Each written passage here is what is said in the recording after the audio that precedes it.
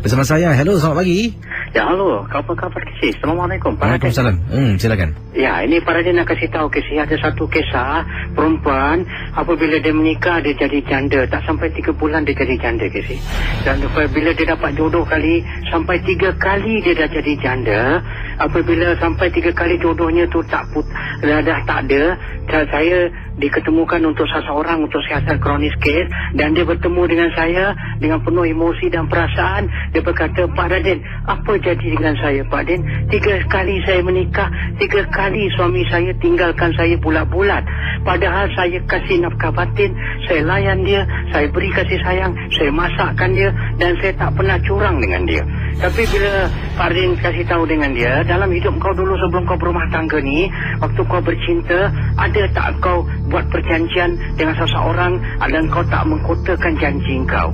Dan lepas tu dia cakap, memang ada Pak Raden, saya pernah janji dengan satu kekasih saya, tapi bagaimana saya telah jatuh cinta dengan pemuda lain, saya berubah kasih. Ini sebenarnya Kesi, seperti yang Pak Raden nak cerita, santau yang dipanggil santau bau badan. Jadi rupanya apabila sebenarnya 3 perempuan laki-laki dia kahwin, suami dia bercerai. Nombor 1 dia kahwin, pasal paling sedih, paling macam kontrak pula. 3 bulan, 6 bulan suami dia minta pisah, dan suami dia terus tinggal, ada yang tinggal bulat-bulat pasal terus dia kahwin kedua lagi. Dia ni perempuan ni jodoh ringan Kesi. Lepas kedua, lepas dia menjanda, dan lepas habis edah dapat lagi jodoh, tapi tak sampai 5-6 bulan putus lagi. Lepas tu bercerai lagi, sampai akhirnya jodoh dia yang ketiga dia berpisah. Dia ditakdirkan bertemu dengan Pak Raden, dan apabila Pak Raden duduk berbual dengan dia dekat satu kedai kopi, Pak Raden nak tanya dengan dia, dia dapat appointment dengan Pak Raden. Pak Raden tanya, dan Pak Raden tanya satu je, dalam hidup kau siapakah cinta pertama kau? Dia kasih tahu, cinta pertama saya ni seorang pemuda dari luar negara. Pak Raden tak nak sebutlah siapa negara dia, tapi dia begitu cintakan saya dah banyak makan duit dia, saya dah kasih macam cerita yang dekat itu, Niti Maizura cakap tu, dah banyak duit dah habis. Kopi cakap ini sekarang ni Pak Raden kasih tahu, apabila sebenarnya punca dia kasih, rupanya dalam begitu dia pernah juga menghadiahkan, dalam kasih sayang dia tu, dia pernah hadiahkan selendang dia, selendang cinta dia tu kepada bekas pasangan dia yang dia tak kahwin ni. Jadi mungkin kerana dendam yang tak sudah, mata air dia agak kecewa. Mata air dia telah membuat satu dipanggil dengan sini ya Pak Raden nasihat pada anak-anak dara, kalau siapa perempuan, kalau cinta pertama yang suci sejati, janganlah khianati. Kalau khianati, kalau dia tu, kalau dendam, dia forgive and forget, tak apa. Inilah dipanggil can forgive but cannot forget. Dapat melupakan tapi tak dapat memaafkan, tak dapat melupakan. Jadi terjadilah kisah puncanya dia bercerai, kahwin jadi janda, kahwin jadi janda, kahwin jadi janda. Dan rupanya bila saya kasih tahu dengan dia, saya tanya, maaf cakap ini peribadi, rupanya dalam diri dia tu, bila Pak Raden scan betul-betul Pak Raden duduk, dia punya muka cantik Kesi, jodoh dia tu ringan. Rupanya dia telah dihantar melalui selendang yang dia pernah kasih waktu bercinta tu kepada kekasih dia yang pertama 10 tahun yang lalu. Rupanya terjadi satu dendam yang dipanggil santau bau badan. Jadi apabila suami tu bersatu atau nak manja dengan dia, satu macam punya hamis dan satu macam punya tak ada begitu body flavor Kesi. Seperti badan dia tu menjijikkan. Jadi orang pertama yang ini mengkhianatkan dia, mengambil selendang itu dan menggunakan satu benda yang begitu boleh membusukkan badan dia melalui selendang gaib. Kan Pak Raden pernah cakap, sihir macam-macam cara orang boleh buat. Jadi dia menggunakan satu ilmu yang pintar. Ini dia panggil macam cakap, Pak cakap, kalau orang sakai dengar jangan marah. Ini daripada orang-orang asli zaman dulu. Jadi dia sudah gunakan melalui orang asli zaman dulu yang pintar. Apabila jadi selendang itu telah pun dimasukkan satu bauan ilmu sihir yang kuat. Jadi dia tahu nama perempuan ni, dan dia pasal selendang itu pernah sangkut di bau badan perempuan tu. Jadi bau badan perempuan tu telah pun dilakukan dengan cara sihir mantra, membuatkan bau dia sudah mungkin apabila kau bersatu, kau bercinta dengan suami, tak kekallah jodoh kau, maka akan terasalah satu bau badan yang tak menikmatkan suami kau, dan suami kau bosan dengan kau dan jelak nak berumah tangga dengan kau. Jadi untuk motif cerita Pak Radin, kalau kita bercinta dengan seseorang, tapi kalau betul hati kita tak serius, oh the girl, Pak Radin love you like macam anak buah. Dan satu, jangan hadiahkan barang-barang yang orang yang kita cinta, yang kita tak tahu siapa masuk dia. Itu pasal susah, Casey. Kadang-kadang ini dipanggil cinta tak balas, santau yang diberi. Dan akhirnya punca perempuan itu menjadi janda 3 bulan cerai sebab bau nikmat kasih sayang waktu bersama tu tidak ada haruman bau wangi untuk membuatkan suami kekal hidup dengan dia. Itu saja ya, Casey. Assalamualaikum. Waalaikumsalam warahmatullahi taala wabarakatuh. Saudara pendengar 897 FM, kisah yang pertama ingin saya Casey bacakan kepada anda semua. Pengalaman yang tak dapat dilupakan di sini. Ini datang daripada Nur Sabrina. Katanya, saya satu ketika dahulu pernah menggunakan ilmu hitam terhadap bekas kekasih saya. Beliau menggunakan ilmu hitam. Apakah tujuannya? Tujuan ilmu yang digunakan ini adalah dipanggil ilmu pengasih. Ilmu pengasih yang digunakan oleh Sabrina. Jadi begini kisahnya. Saya dahulu adalah seorang wanita yang terlampau posesif. Ya, terlampau ingin mengawal pasangan lelaki saya. Apa dia buat, ke mana dia pergi, saya ingin tahu. Kalau tidak, saya akan naik berang, marah, merajuk. Begitulah keadaan saya, Casey. Pendengar 897 FM. Sehinggakan saya ni terlampau takut kehilangan dia. Berjumpa dengan seseorang yang katanya boleh bantu saya dengan masalah yang saya hadapi.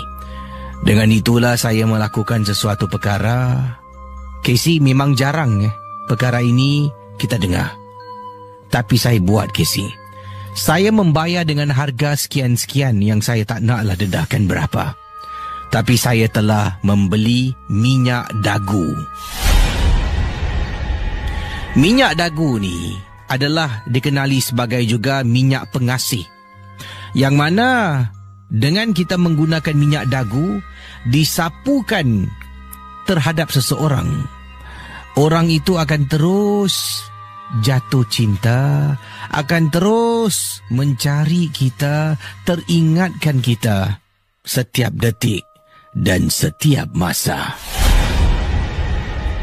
Jadi saya dah beli, saya gunakan minyak dagu tu dengan saya sapukan kepada pasangan saya. Memang mujarab, Casey. Dah sering kali dia cari saya, ajak keluar. Pernah sekali tu, malam-malam, Casey, saya tengah berada di rumah, sekitar jam 11 malam kalau tak silap saya. Tingkap bilik saya ni tepi koridor. Sedang saya nak tidur, saya dengar ada orang ketuk tingkap. Tuk, tuk, tuk, tuk, tuk, tuk. Saya terperanjat. Siapa pula malam-malam hari ini ketuk tingkap?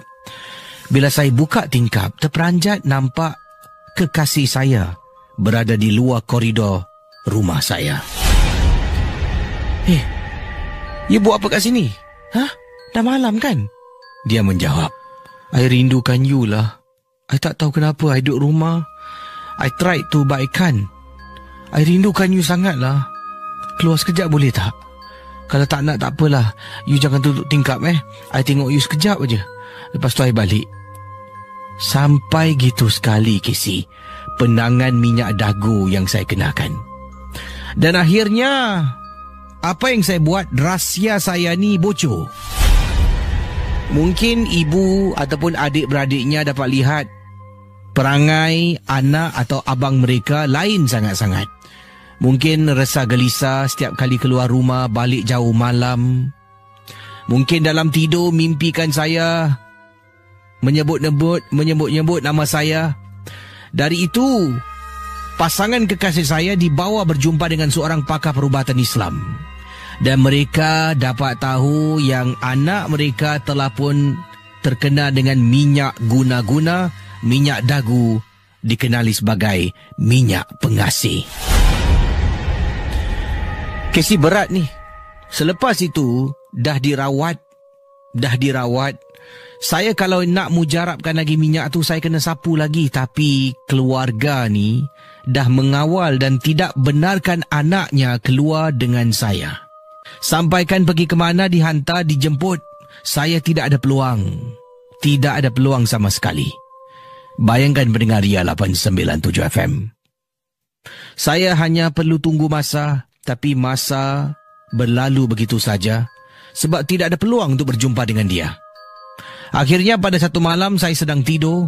Di dalam bilik saya mimpi ada seorang wanita, seorang perempuan kurus tinggi, ketinggiannya yang mana kepalanya sampai mencecah siling. Rambut panjang dengan tangan yang panjang, jari yang panjang. Dalam mimpi saya datang dalam mimpi. Tak tahu apakah niat dan tujuan, tetapi dengan menggunakan tangan yang panjang, jari yang panjang, menekap dada saya dan tekan sampaikan saya sukar untuk bernafas. Saya akhirnya terbangun dari tidur. Tercungap-cungap saya dibuatnya. Dan saya tahu, dia, makhluk yang saya mimpi akan datang balik. Dan kemungkinan kali kedua, ketiga dia datang, dia akan tekan lebih dahsyat. Kemungkinan sehingga saya tidak sedarkan diri. Minyak dagu itu saya buang ke dalam tong sampah. Saya tidak lagi pandang ke belakang, tapi saya ingat apa yang saya buat. Kenapa saya bodoh sangat? Itulah pengalaman. Terima kasih dan selamat tengah malam. Jadi terima kasih kepada anda yang sedang mendengari 897 FM, Misteri Jam 12, rancangan hiburan, 100% hiburan. Jangan mudah percaya dan terikut-ikut dengan apa yang anda dengar. Terima kasih juga yang ada di Facebook, yang ada di Instagram, yang juga ada di YouTube sedang menonton live. Saya ada live di YouTube sekarang ini. Ya, kita ada rakan-rakan yang sedang menonton. Saya ucapkan terima kasih. Saya akan buka talian, silakan kalau ingin berkongsi pengalaman, anda boleh hubungi saya di 669 11897 ya, 669 11897. Anda boleh hubungi saya untuk berkongsi pengalaman. Tapi sebelum saya jawab panggilan, satu lagi kisah yang ingin saya ketengahkan. Ini berkenaan dengan satu kejadian yang mana seorang isteri takut salah je. Okey, ini adalah satu kejadian yang mana seorang isteri berkongsi berkenaan dengan satu perkara yang mana beliau suruh rahsiakan namanya. Jangan gunakan nama saya yang sebenar. Jadi isteri ni memberitahu berkenaan dengan arwah suami yang dah meninggal dunia. Seminggu dalam masa seminggu tu, setiap hari saya datang menziarahi kubur arwah suami. Dan kemudian selama seminggu tu kubur nampak okey lah. Apabila saya tak datang selama 2 hari ya, atas sebab saya sibuk menguruskan anak dengan keluarga ya, dan bila datang 2 hari kemudian, saya terperanjat melihat kubur arwah suami saya. Jadi apa yang berlaku, inilah kisah yang disampaikan bersama dengan saya Casey dalam rancangan Misteri Jam 12 di Ria 897 FM. Ingat, setiap kisah hanya sekadar hiburan, tidak ada sesiapa yang boleh mengesahkan kebenarannya. Jangan terikut-ikut ya, jangan mudah percaya, dan saya akan kongsi sama kisah dalam rancangan Misteri Jam 12. Terima kasih pada anda yang ada di YouTube yang sedang menonton, menyaksikan live ya. Yang ini kita juga ada siapa lagi teman-teman ya. Nanti kita tengoklah nama-nama yang ada dekat YouTube, di Facebook dan juga di Instagram. Kita kongsi sama kisah pengalaman yang dikatakan di sini, datangnya daripada seorang teman berkenaan dengan kubur arwah suaminya. Kalau sudah bersedia, inilah kisah bersama dengan saya Casey dalam Misteri Jam 12 di Ria 897 FM. Baik, saya gunakan nama samaran beliau. Beliau mengatakan namanya Nita. Nita berkongsi pengalaman berkenaan dengan kubur arwah suami.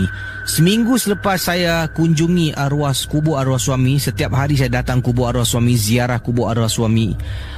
Memang tak boleh terima hakikatnya suami pergi dulu dari saya. Akibat katanya di sini akibat suami saya kemalangan jalan raya. Dan apabila saya datang balik dalam hari yang ke-9 ke kubur arwah suami, saya terperanjat kubur arwah suami ini penuh dengan anak-anak ular. Bukan seekor, banyak sangat. Saya rasa lebih daripada 10 ekor, kata Nita, bukan nama sebenar. Bila datang tu, saya keluar dari kenderaan, saya pergi ke kubur arwah suami ini. Lazimnya saya duduk dan saya akan menangis lah, Casey. To be honest, terus terang saya akan menangis. Kemudian saya akan duduk untuk baca Yasin dan saya akan bercakap dekat kubur arwah suami ini, yang mana kejadian ini yang berlaku pada tahun 2004. Jadi bila datang, saya terperanjat. Hari yang ke-9 saya ternampak kubur arwah suami saya ni penuh dengan anak-anak ular. Lalu saya tak tahu nak buat apa. Saya cuba mencari ranting-ranting kayu, kalau boleh saya menghalau. Tapi saya tahu itu memang tidak selamat untuk saya. Saya takut nanti anak-anak ular ni masih ada dekat sekitar saya lah kalau saya duduk membaca Yasin. Jadi demi keselamatan, saya cuba mengambil ranting, menghalau, tapi tidak bergerak, tidak berganjak. Semua masih berlega-lega dekat sekeliling dan atas kubur suami. Rasanya pelik, Casey. Kemudian petang hari yang sama saya datang, masih nampak lagi anak-anak ular yang begitu banyak.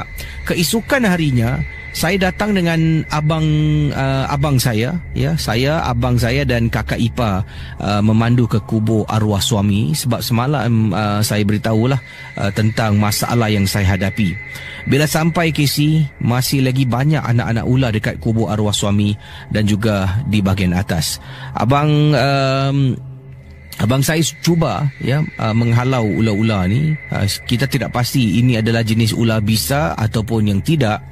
Menggunakan kami membawa sekali bersama tempat pencedok, tempat pencedok, mengangkat ular tu dan kemudian bawa ke tempat yang lain. Ada yang dicampakkan ke dalam kawasan Semak Samun, tetapi jumlah ular, anak-anak ular dekat kubur arwah suami masih lagi banyak.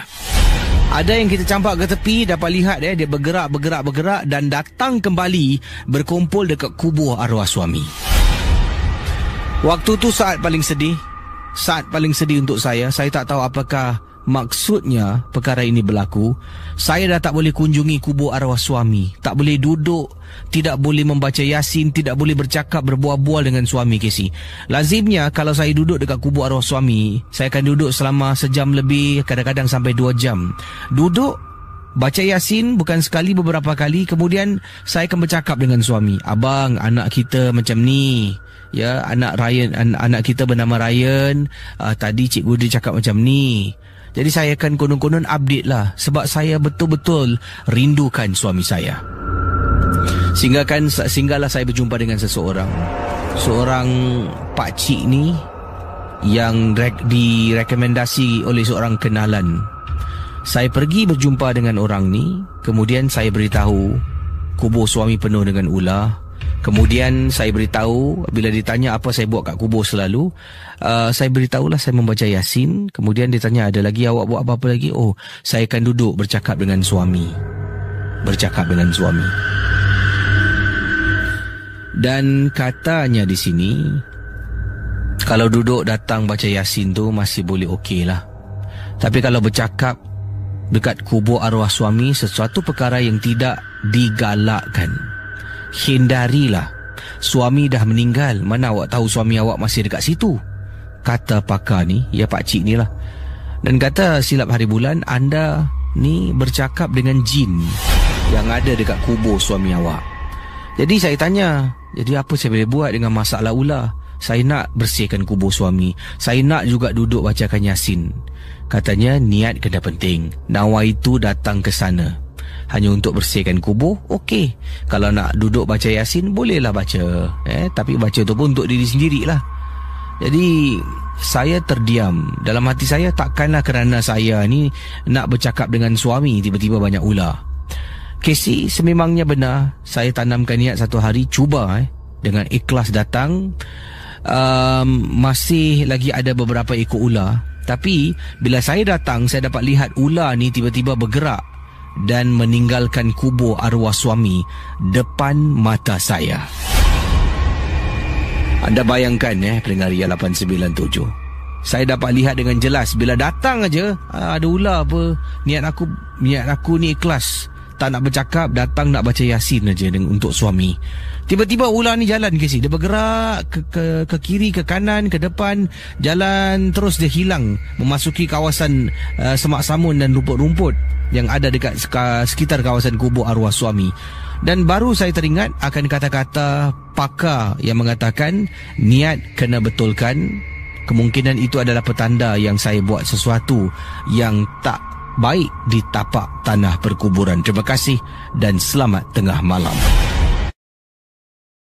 Okey, silakan hubungi saya di 66911897 ya. 66911897. Terima kasih pada anda yang ada di Instagram, di Facebook ataupun di YouTube Live KC Champion. Kita ada siapa lagi? Helmi JB, kuatkan sikit volume. Saya tadi tanya teman saya, kata volume okey Adakah volume suara ni perlahan bagaimana orang-orang di YouTube? Kalau perlu kuat saya akan kuatkanlah. Kalau tidak tak perlulah ya.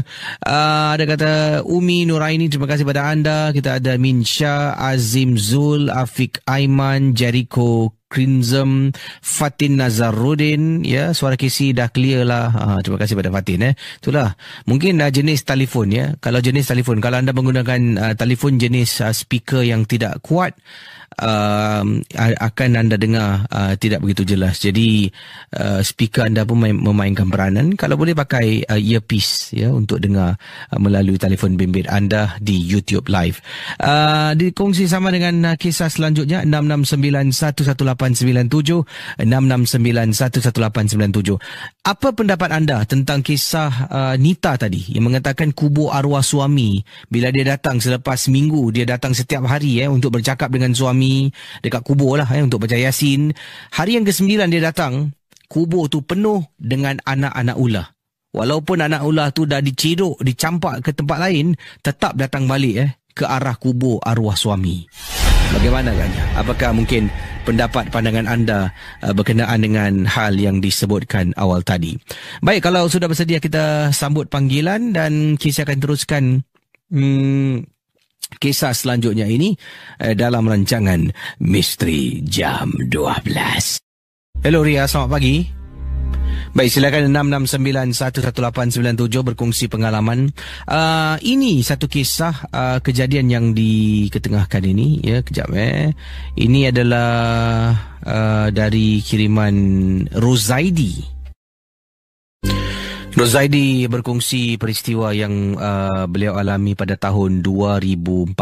Katanya di sini, saya pernah masuk hutan mencari sejenis bunga dalam hutan. Ini adalah untuk satu ilmu perubatan yang saya belajar.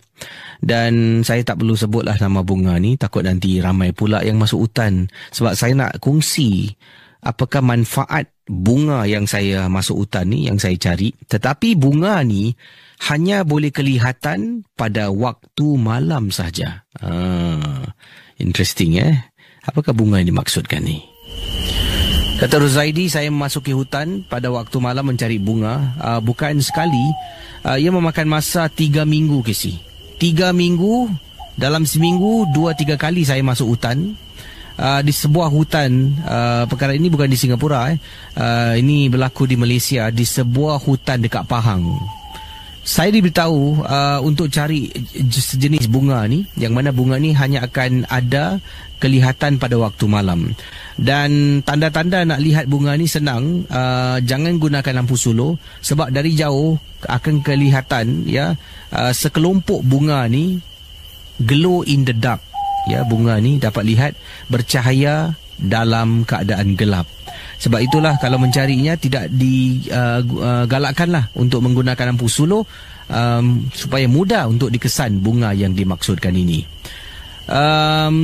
Selepas 3 minggu, seminggu dalam 2-3 kali saya masuk hutan cari.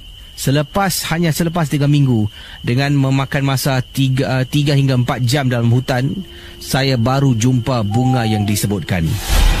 Tapi masalahnya, bunga ni bukan dekat bawah. Bunga ni berada dekat atas pokok yang tinggi, Casey.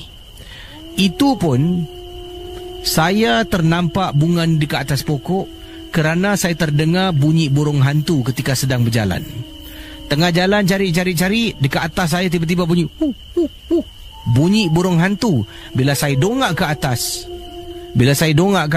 terperanjat saya apabila ternampak sekelompok bunga-bunga yang bercahaya ni, ya, pada waktu malam betul-betul berada dekat atas.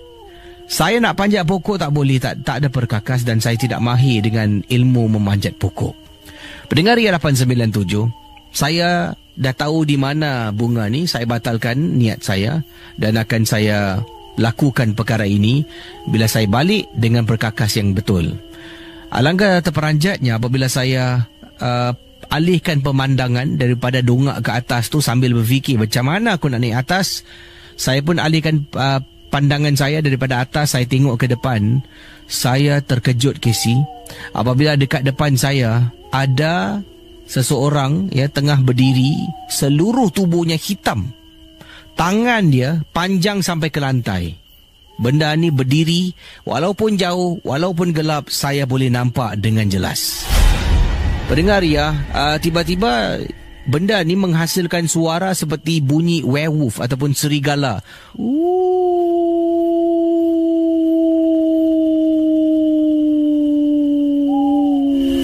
Sama macam ni lah.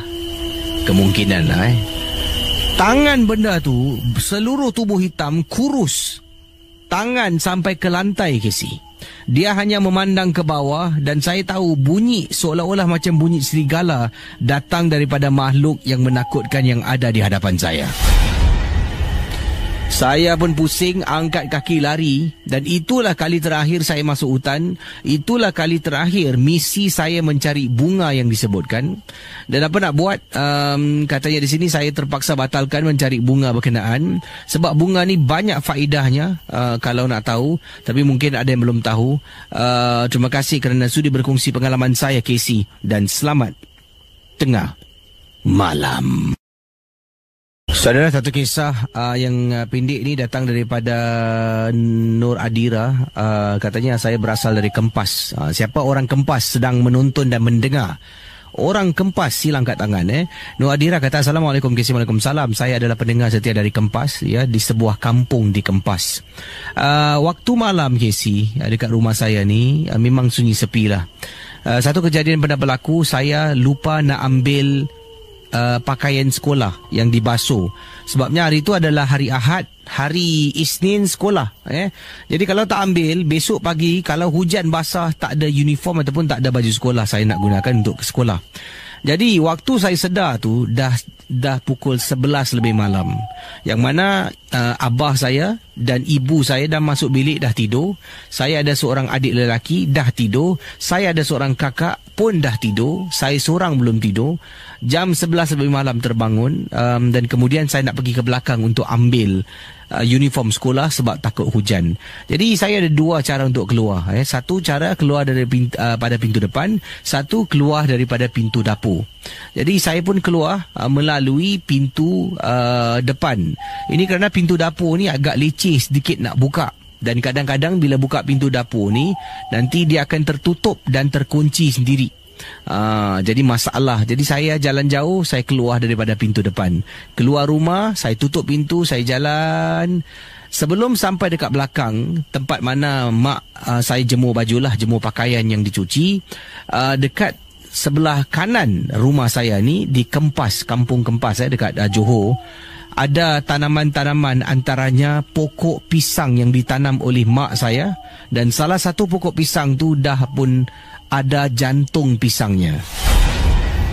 Saya tak tahu kenapa pada malam tu, bila tengok pokok pisang tu, saya rasa tiba-tiba macam takut meremang bulu rumah.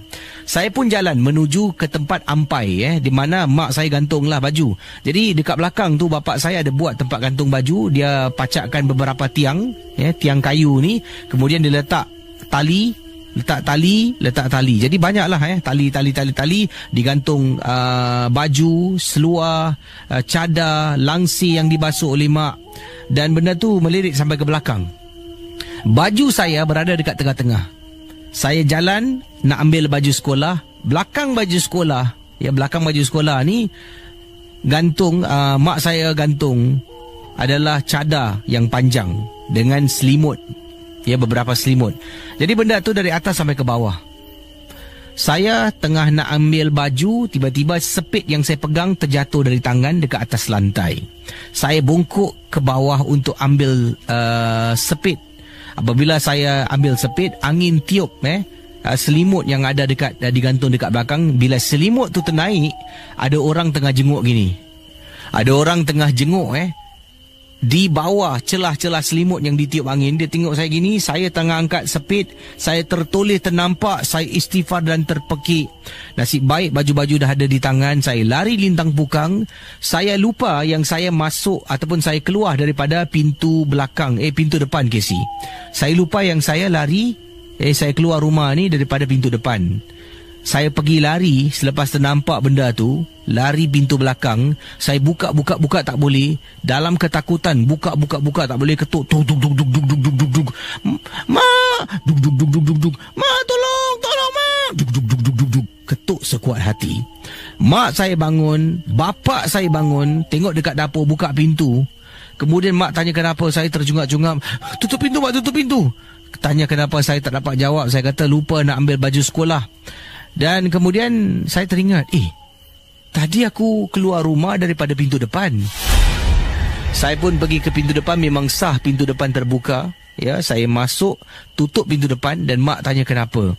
Saya jelaskan dekat belakang tadi saya nampak apa. Mak saya terperanjat Casey. Malam tu saya nasib baiklah tidur dengan sebilik dengan kakak. Malam tu saya kejutkan kakak saya. Saya kata pada kakak jangan tidur dulu teman-temankan saya. Itulah pengalaman saya. Terima kasih daripada orang Kempas untuk Misteri Jam 12. Hello, selamat pagi. Hello, selamat pagi. Hai, siapa tu? Dilaila. Okey, ada kisah Dilaila. Tentang apa Dilaila? Okey, so benda ni berlaku 2 tahun yang lepas. Dia berlaku di Johor Bahru lah. Rumah bekas tunang saya. Lepas tu kami tengah lepak tu, tengah main game, tiba-tiba saya dirasuk. Lepas tu bekas tunang saya cuba keluarkan lah. Dan dia ceritalah balik. Dia cakap dengan saya yang benda tu berbual dengan dia. Dia cakap benda tu jatuh hati dekat saya, dah lama perhatikan saya dan ingin membawa saya pergi bersamanya lah. Jadi bekas tunang saya tu dia tahan. Dia cakap tak boleh sebab kira macam saya ni manusia dan dia tu kira di alam lain lah. Jadi dia tak boleh bawa saya. Lepas tu lepas dia sedarkan saya, tak sampai 5 minit saya dirasuk lagi buat kali kedua. Dan kali kedua bila saya dirasuk ni, bila saya menjerit, ada 5 suara keluar. 5 suara keluar iaitu seorang nenek, kanak-kanak, perempuan, seorang datuk dan juga suara lelaki yang amat garau lah. Dan diorang mengambil masa 4 jam, dari jam 2 sampai jam 6 lebih untuk keluarkan benda tu daripada badan saya. Itu je lah cerita saya. Wah, jadi anda dirasuk dalam mana anda katakan dalam berapa jam tadi? Dalam 4 jam lebih kurang macam tu. Tubuh anda, anda dapat rasakan sesuatu memasuki tubuh anda lah? Ya, saya. Wah. Dan lepas 4 jam tu penat sangat. Memang rasa macam badan ni dipergunakan apa semua. Mereka berlawan lah antara saya, kira benda tu di dalam badan saya dan saya berlawan dengan bekas tunang saya. Wow. Seram juga ni, hantar barang ya. Terima kasih. Okey, sama-sama. Kembali.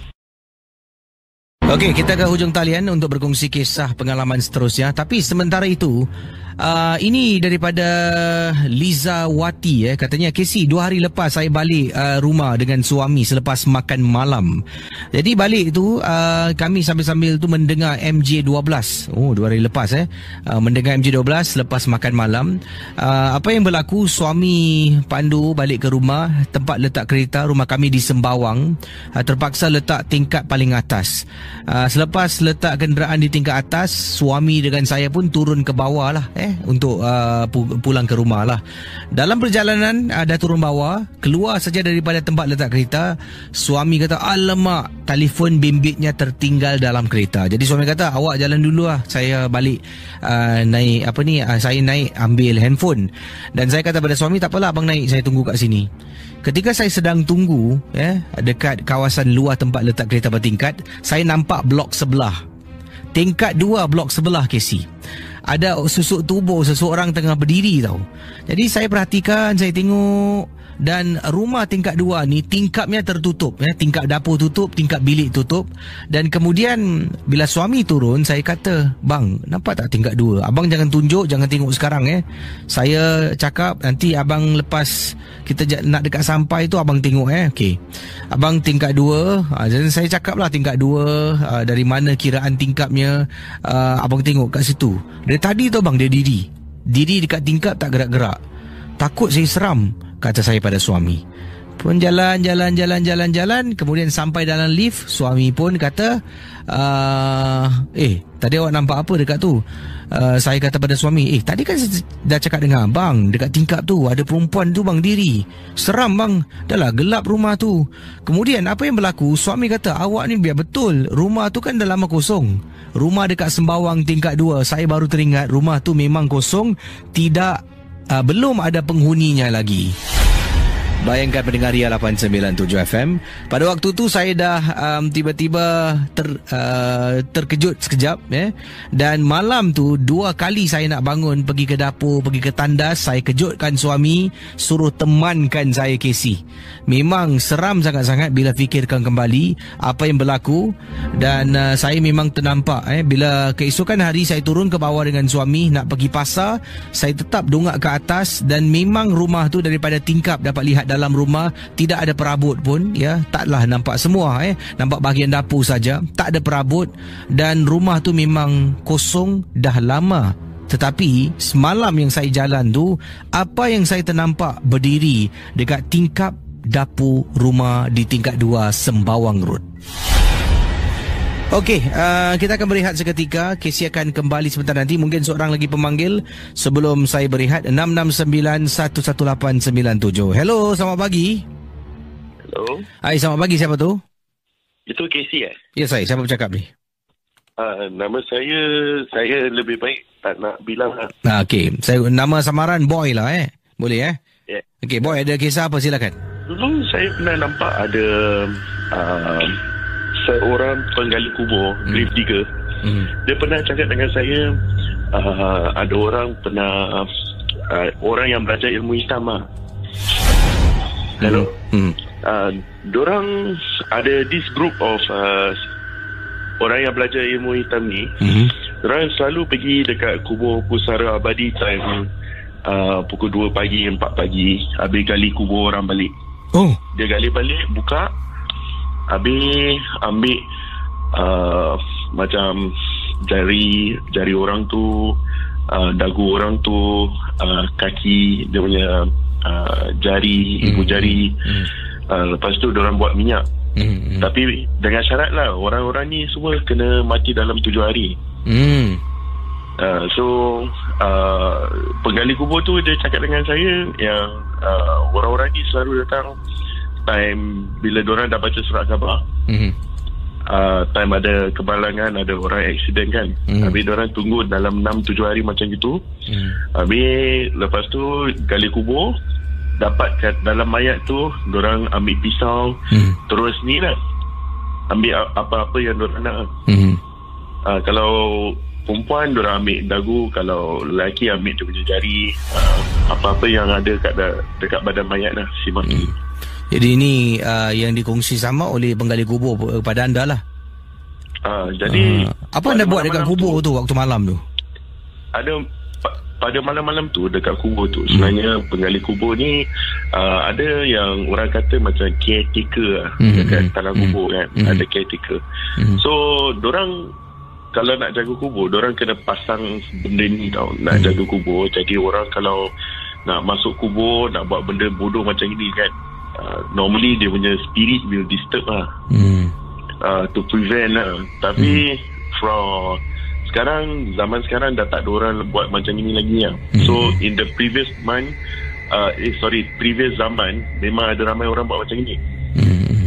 Lepas tu orang jual dalam minyak botol-botol, and jual kasih macam kalau orang nak laris dalam diorang punya perniagaan atau nak cari kekasih, diorang pakai minyak-minyak macam ini lah. Itu je lah Casey saya nak ceritakan. Terima kasih ya. Okay, baik. Baik, itu dia kisah berkenaan dengan penggali kubur yang dikatakan menjadi saksi beberapa orang yang korek kubur kembali untuk melakukan kerja-kerja yang disebutkan. Adakah kisah itu benar? Ataupun hanya sekadar dibuat-buat? Ataupun sekadar salah dengar kisah yang disampaikan? Misteri Jam 12 akan kembali. Kita berehat seketika bersama dengan saya Casey di Ria 897 FM.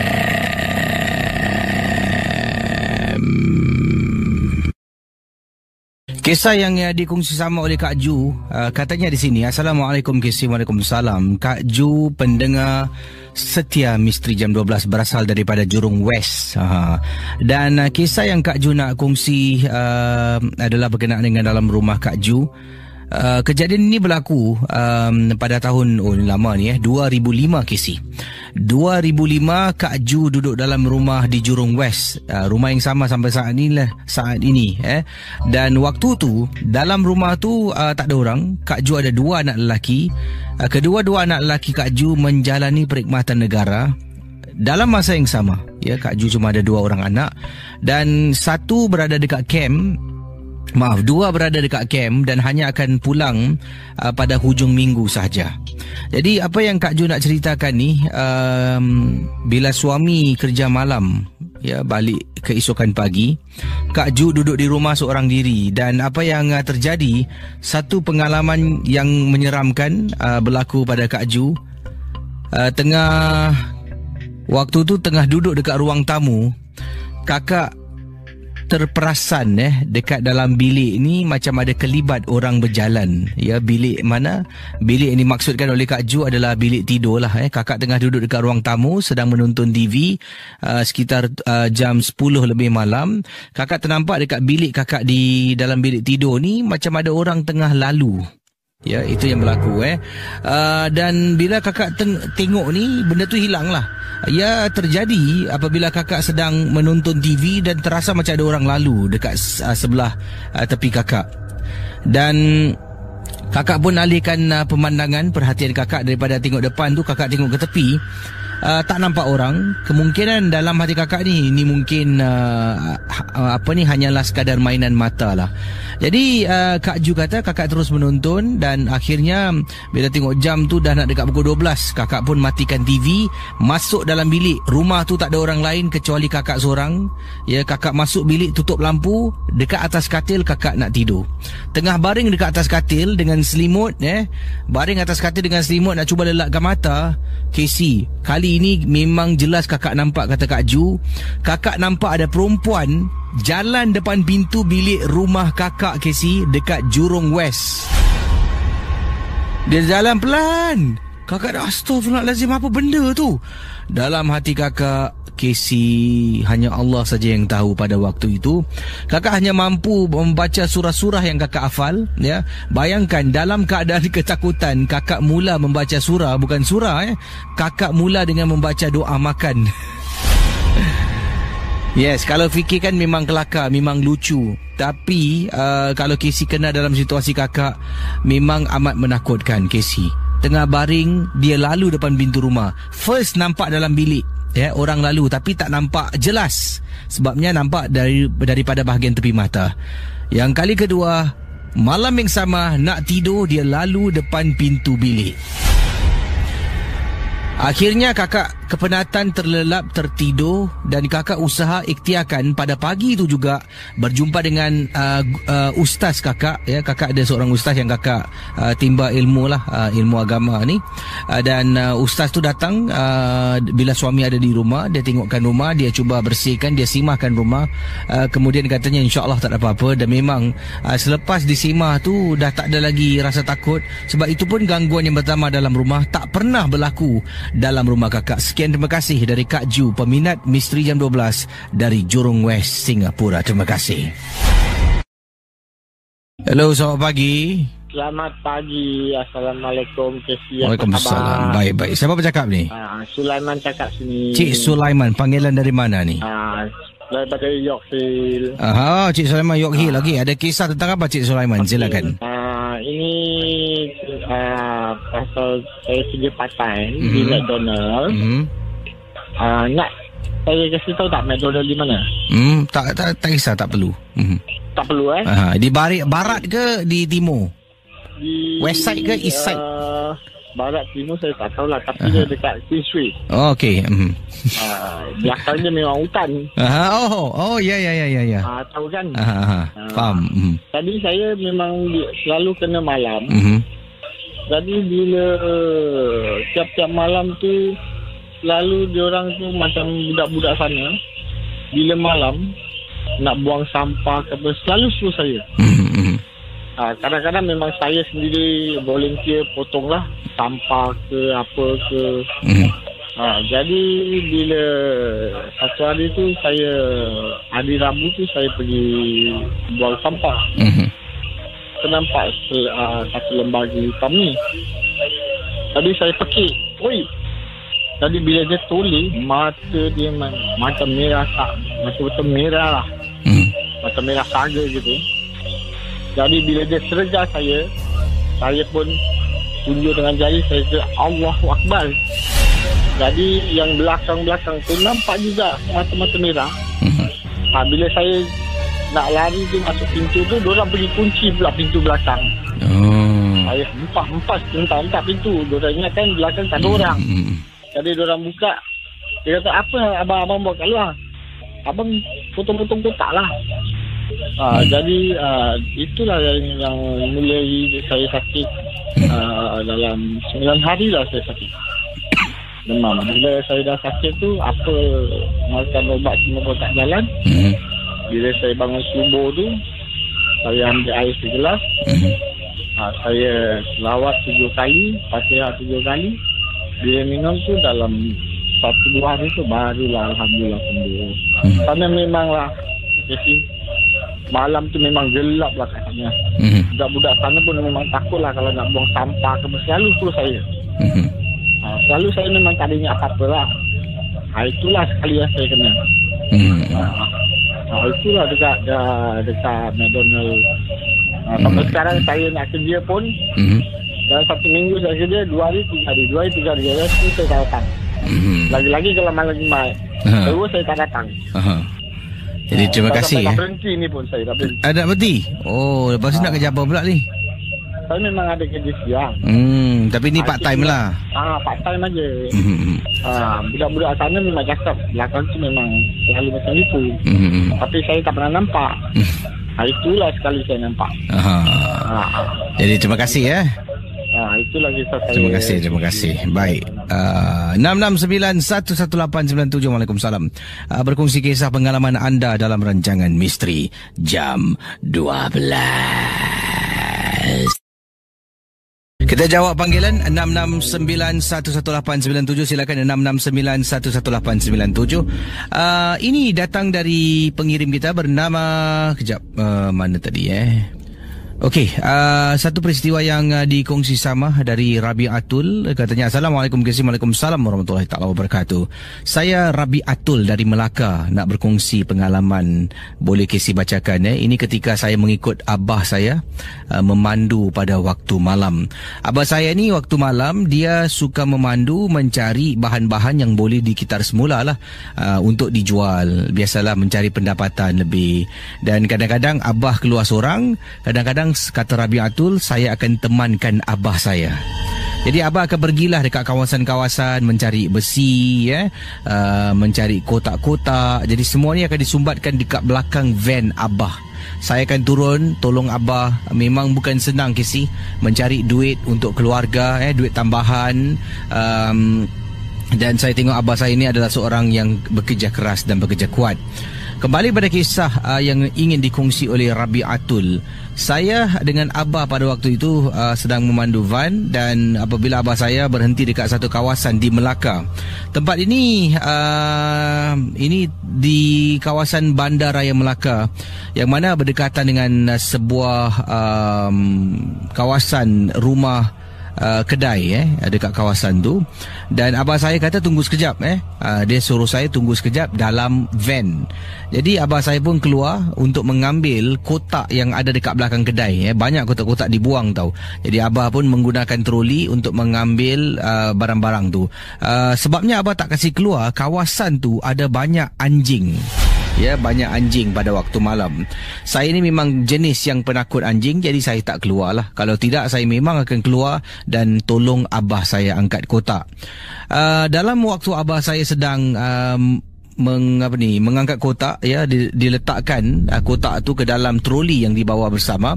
Saya tengah duduk perhatikan abah saya. Tiba-tiba dekat belakang saya nampak di belakang abah saya ada orang tengah berdiri Casey. Seorang perempuan tengah berdiri dan memerhatikan abah saya. Lama dia diri kat situ.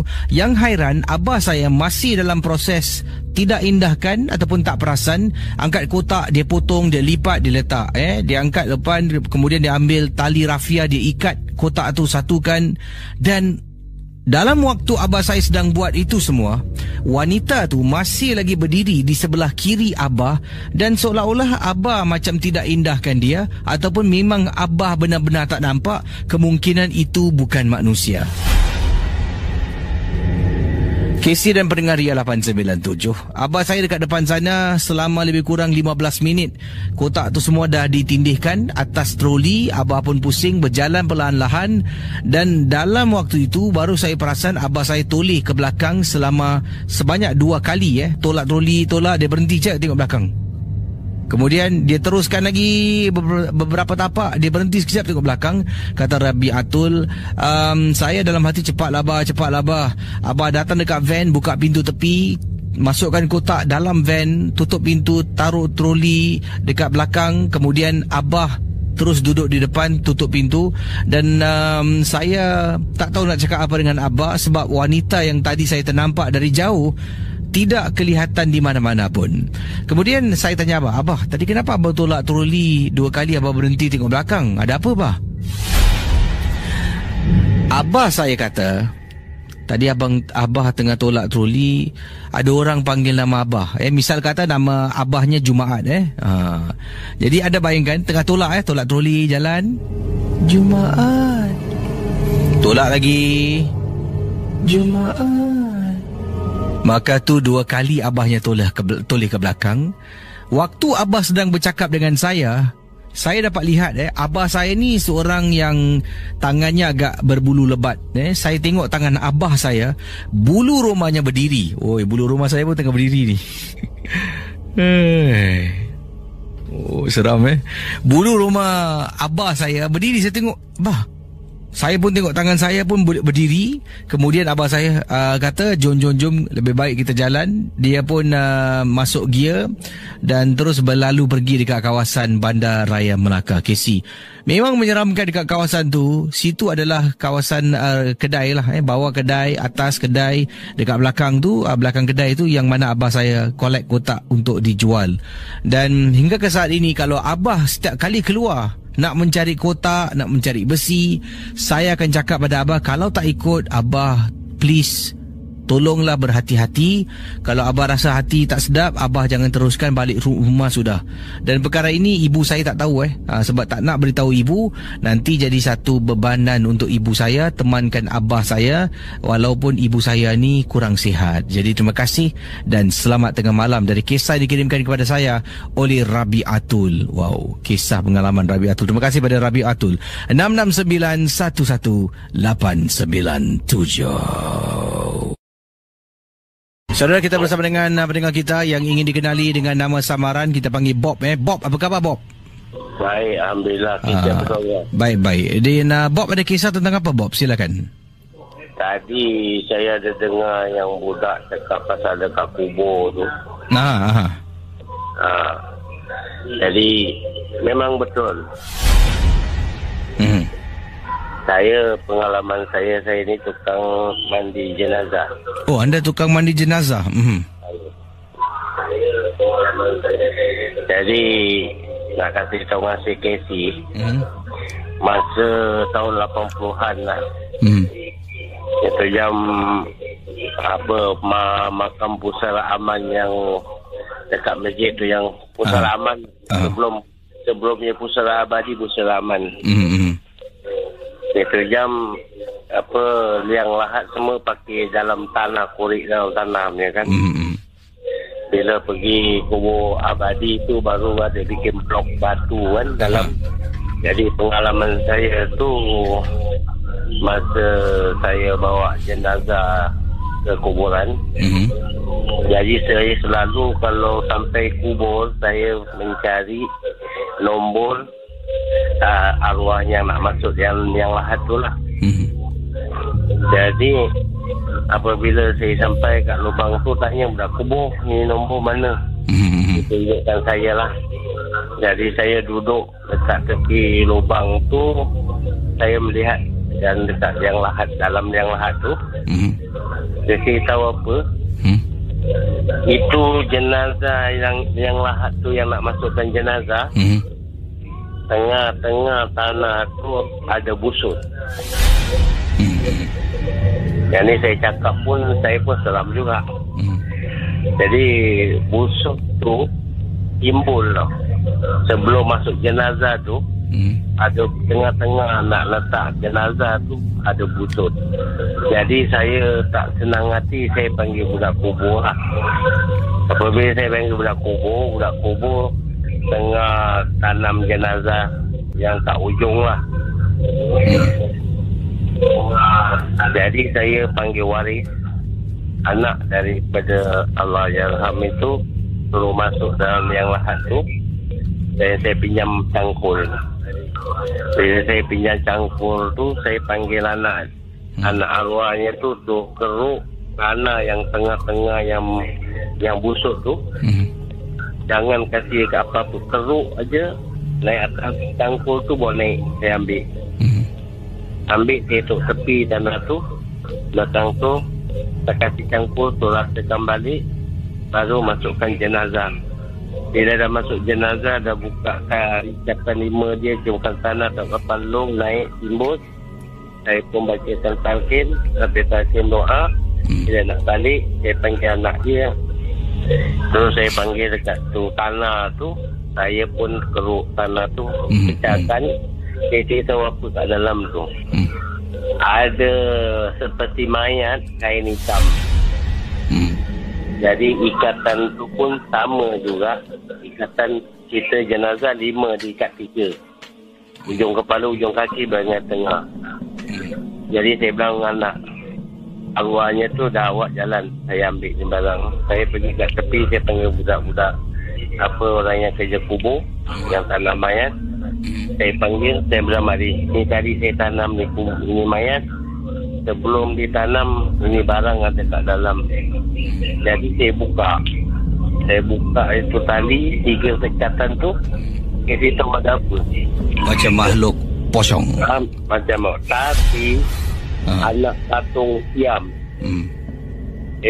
Anak patung siam tu bangsa macam dia punya katekung tu kan. Jadi dia ni plastik selengkap sama dia punya topi budak, siam tu satu badan. dekat tubuh badan anak siam tu, saya tahu gambar ada lelaki dan perempuan. Ini mungkin berkenaan atau lelaki atau perempuan mata air, salah satu lah.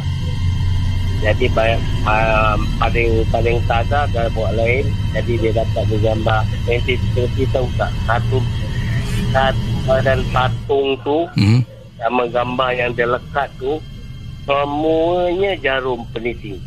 Cacak-cacak-cacakkan.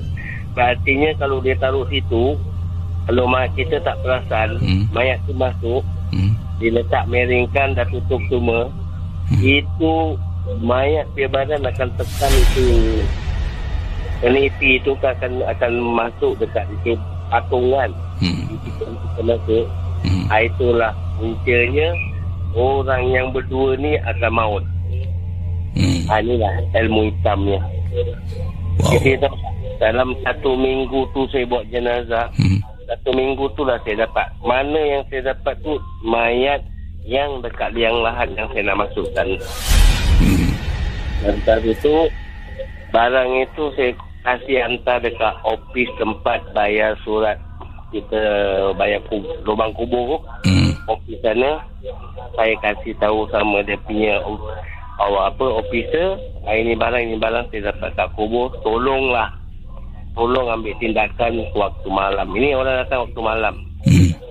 Ini barang dia akan tanam waktu malam. Pasal itu jenazah masuk. Dia tak datang siang. Ini dia punya kerja. Jadi saya minta orang ofis tempat bayaran yang lahat kubur, saya tunjukkan ni anak patung. Macam-macam gambar. Ada yang orang India, ada yang orang kita, ada yang orang Cina, orang masuk. Jadi itulah. Lepas minggu tu saya bila ada mayat dibawa, alhamdulillah tak ada. Saya bilang tolong ambil tindakan sama officer buat ofisnya, saya kasih tahu tolong ambil tindakan, jangan terjadi apa-apa hal. Ini pun nyawa nak selamatkan. Itulah saya punya pengetahuan saya tu waktu tahun 80-an. Dan itu aja lah. Jadi selamat malam. Terima kasih. Assalamualaikum. Waalaikumsalam. Selamat malam juga pada anda. Itu dia kisah dari Bob. Katanya beliau bertugas sebagai tukang mandi jenazah. Ya. Dah pukul 2 lah. Pukul 2 pagi Ingatkan baru pukul 1:30. Kemungkinan esok malam saya kemungkinan on call, kemungkinan sebabnya isteri saya pada hari Sabtu akan datang ni, akan berangkat ke Thailand untuk satu shoot penggambaran dokumentari di Thailand selama 9 hari. Jadi hari Sabtu penerbangan beliau adalah jam 6 pagi mesti sampai lapangan terbang. Masalahnya kalau saya kerja sampai pukul 2 pagi, saya balik, saya tidur, pukul 4 nak kena bangun Pukul berapa saya nak tidur? Jadi harap maklum, harap paklong dan harap toklong. Jangan lupa saudara, kemungkinan esok saya akan nongko. Jadi supaya saya dapat berehat di rumah dan akan bangun pagi lah ni. Kira family, stuff lah.